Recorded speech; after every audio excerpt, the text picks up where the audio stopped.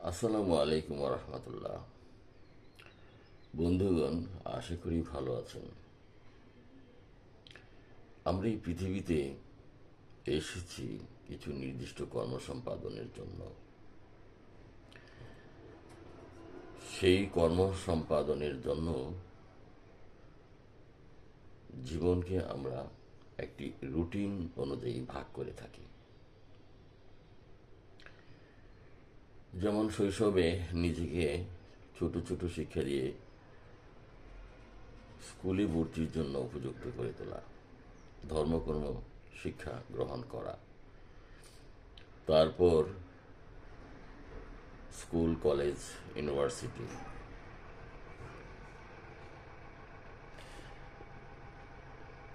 যত শিক্ষাই আমরা নেই না কেন, এই সব কিছু জীবনের একটি হিসাব অন্তত 25 বছর বয়সে শিক্ষা সমাপ্ত করতেই হয়। তারপর কর্মজীবন। তো কর্মজীবন উপভোগ করতে করতে দেখা যায় মানুষের বয়সটা 30 অতিক্রম হয়ে যায়। বিয়ে করার সময় আসে, তখন 30 অতিক্রম হয়ে যায়। জীবনটা একেবারেই ধান ক্ষেত যেগুলি আমরা রোপণ করি, এগুলাকে বলে লাইমলা, মানে সঠিক সময়ে লাগানো হয়নি।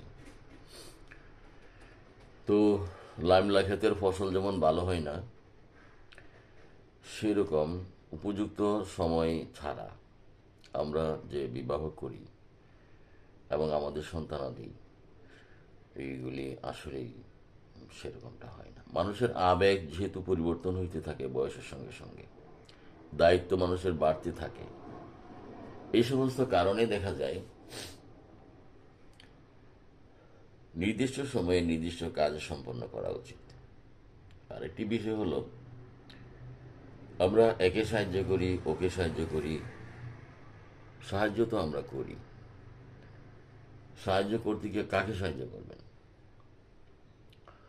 কোনো বড় লোককে সাহায্য করবেন, সে এটা মনে রাখবে না, অথচ আপনার জীবন থেকে অনেক বড় কিছু একটা চলে যাবে। কথার কথা হলো,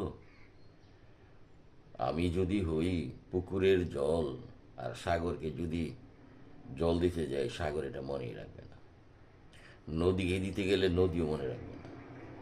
সেই কারণে আমাদের দরকার কার সঙ্গে আমরা সম্পর্ক করব এবং কার সঙ্গে সম্পর্ক করব না, এটা হিসাব রাখা।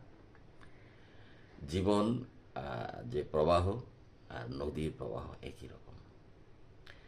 তো যাই হোক, আমরা যেন আমাদের এই সময়গুলিকে সঠিকভাবে ব্যবহার করি।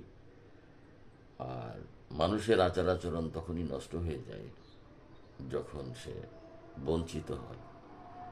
বঞ্চিত বেদনা তাকে আর সুস্থ করে রাখে না। সেই কারণে বঞ্চিতটা যদি নিজে নিজে হয়ে থাকি, নিজেকে সংশোধন করা দরকার। আর যদি সেই বঞ্চিতটা অন্যের কারো থেকে হয়ে থাকি, তাহলে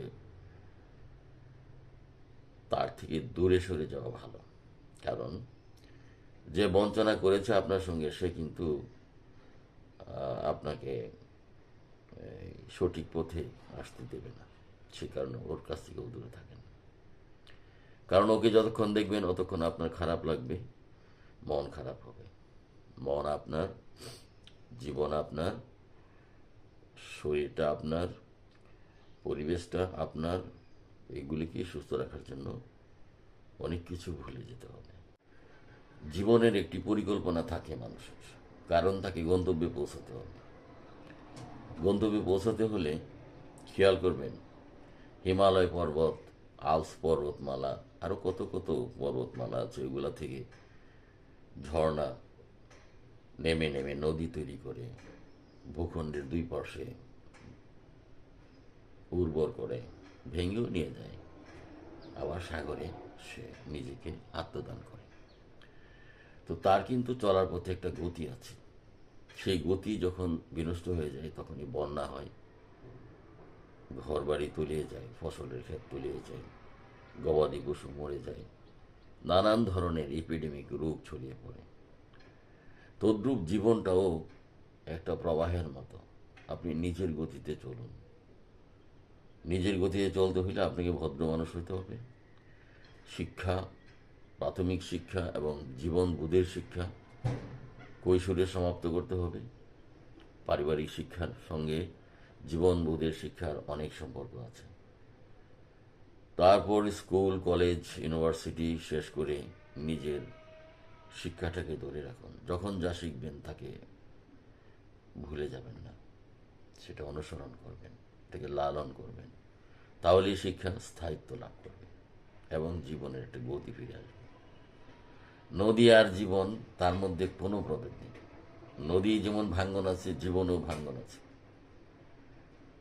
সেই জন্য যথাসময়ে সংসার তৈরি করুন। 25 থেকে 27-এর মধ্যে সংসার শুরু করতেই হবে। বিলম্ব মানে কি? 1-2 বছর বিলম্ব মানে জীবনের জন্য বিশাল বিলম্ব। আর